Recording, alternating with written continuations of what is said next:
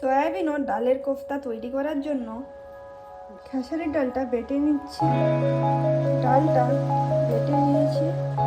সয়াবিনটা পেস্ট করে নিচ্ছি। সয়াবিনটা পেস্ট করা হয়ে গেছে। এখন ডাল ও সয়াবিন অল্প হলুদ দিয়ে দিচ্ছি। গরম মশলা দিয়ে মেখে নিচ্ছি।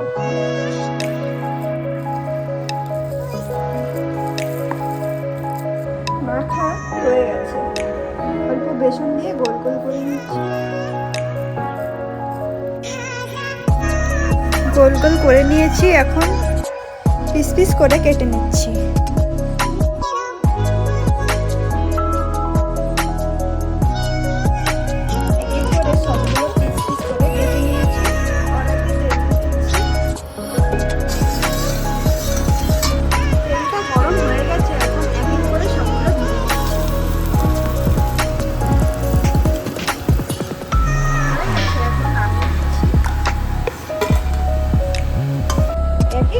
সবগুলো ভেজে নিয়েছি।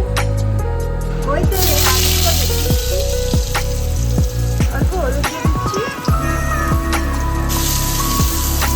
লবণ দিয়ে একবারে ভেজে নিচ্ছি।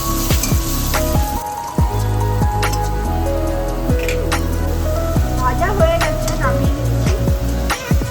ওই তেলে বেগুনগুলো ভেজে নিচ্ছি।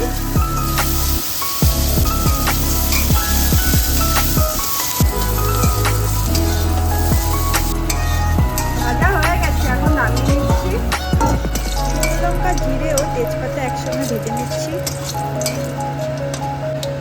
জিরে ও লঙ্কা বাটা দিয়ে দিচ্ছি। পোস্ত আর আদা বাটা দিয়ে দিচ্ছি।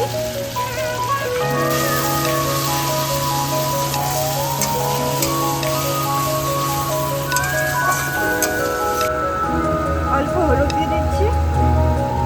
অল্প লবণ দিয়ে দিচ্ছি।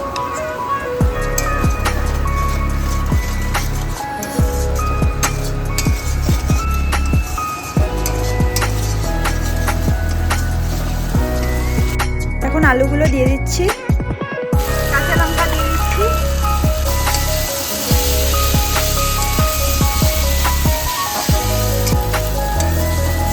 আগে থেকে ভাজা বেগুনগুলো দিয়ে দিচ্ছি। এখন জল দিয়ে দিচ্ছি।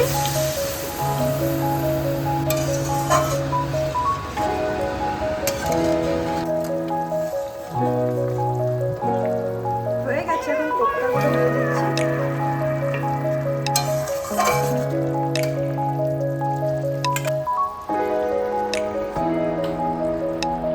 হয়ে গেছে। এখন নামিয়ে দিচ্ছি।